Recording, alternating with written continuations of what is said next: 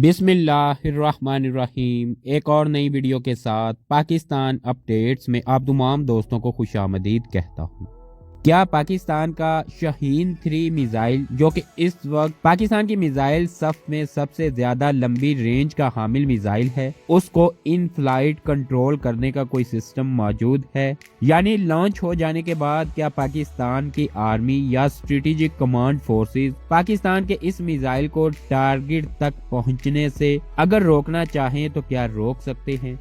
और क्या दुनिया भर के दूसरे ममालिक के पास इसी तरह के मिसाइल्स जो कि न्यूक्लियर वॉर हेड लेकर जाने की सलाहियत रखते हों, उनको इन फ्लाइट कंट्रोल किया जा सकता है?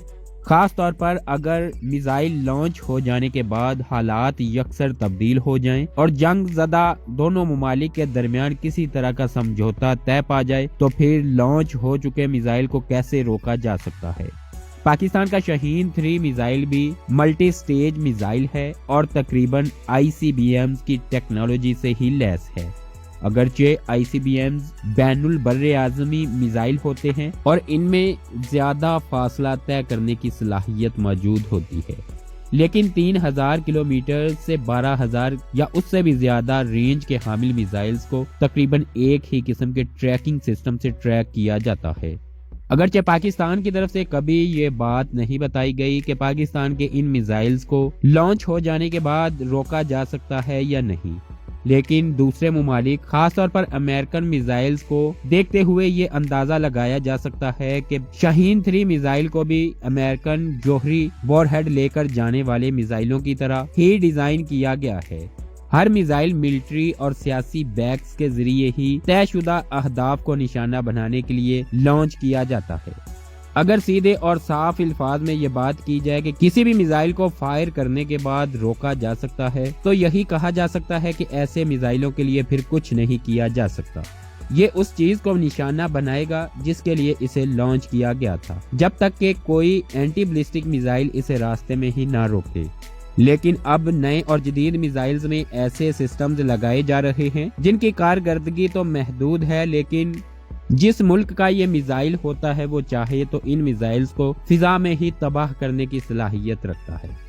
इस सिस्टम को महदूद इसलिए कहा गया है कि कोई मुल्क नहीं चाहता कि उसके हथियार परवाज के दौरान उसके दुश्मन हैक कर लें या फिर उनके साथ दुश्मन ममालिक की तरफ से छेड़छाड़ की जाए। इससे मिसाइल न सिर्फ पहले से तयशुदा हदफ से महरूम हो सकता है, बल्कि इसके साथ साथ इसको डिसेबल भी किया जा सकता है।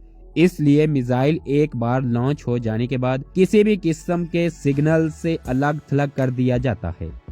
सिर्फ ट्रैकिंग सिस्टम की मदद से ही इस हथियार को देखा जा सकता है और ट्रैक किया जा सकता है।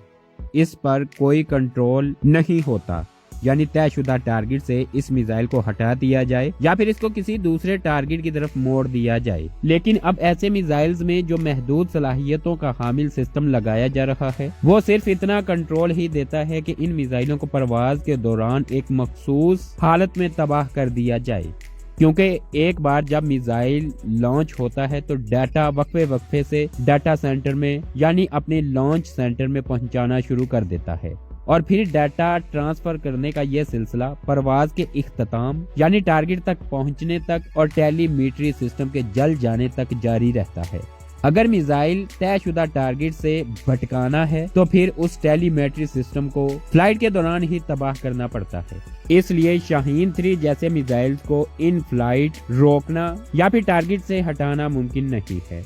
सिर्फ एक ही सूरत है कि इस मिसाइल को आखिरी फेज तक पहुंचने से पहले ही तबाह कर दिया जाए, यानी जिस मुल्क ने ये मिसाइल लॉन्च किया है वो इस मिसाइल को खुद अपने हाथों से फर्स्ट स्टेज या फिर सेकंड स्टेज में तबाह करने की सलाहियत रखता है। वॉरहेड अलहदा हो जाने की सूरत में फिर इसको रोकना किसी के बस की बात नहीं है। आज की अपडेट्स में इतना ही। मजीद अपडेट्स के लिए चैनल को सब्सक्राइब कीजिए। अपना ख्याल रखिए। अल्लाह हाफिज।